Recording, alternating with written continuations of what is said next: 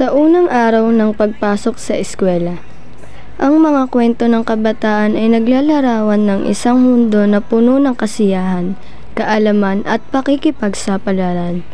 Ang bawat yugto ng edukasyon ay nagdudulot ng mga alaala na hindi malilimutan na nagbibigay buhay sa pagkatao at nagpapalakas sa pundasyon ng pag-unlad. Ang eskwelahan ay hindi lamang isang lugar ng pag-aaral. Ito rin ay isang sentro ng karanasan at pag-unlad ng individual.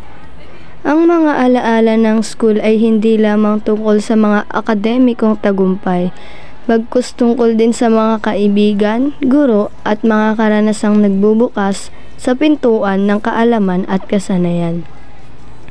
Sa bawat araw ng pagpasok, ang mga estudyante ay nakakakuha ng mga benepisyo na naglalayong palakasin ang kanilang pagkatao at kakayahan.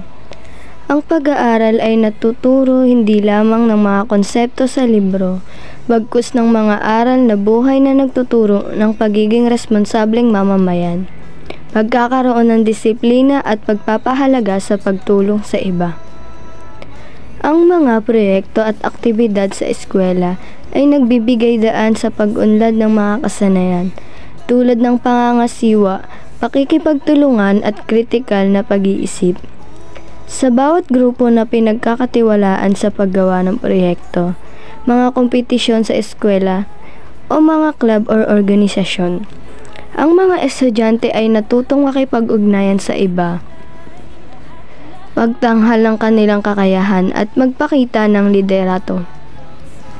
Hindi rin maitatanggi ang impluwensya ng mga guro sa buhay ng mga estudyante. Sila ay hindi lamang sa tagapagturo kundi mga gabay, inspirasyon at patnubay sa mga pagsubok at tagumpay ng bawat estudyante. Ang mga alaala sa mga guro na nagbigay ng suporta, nagbibigay inspirasyon at nagtuturo ng mga aral sa buhay ay naglalagay ng marka sa puso at isipan ng mga estudyante hanggang sa kanilang paglaki.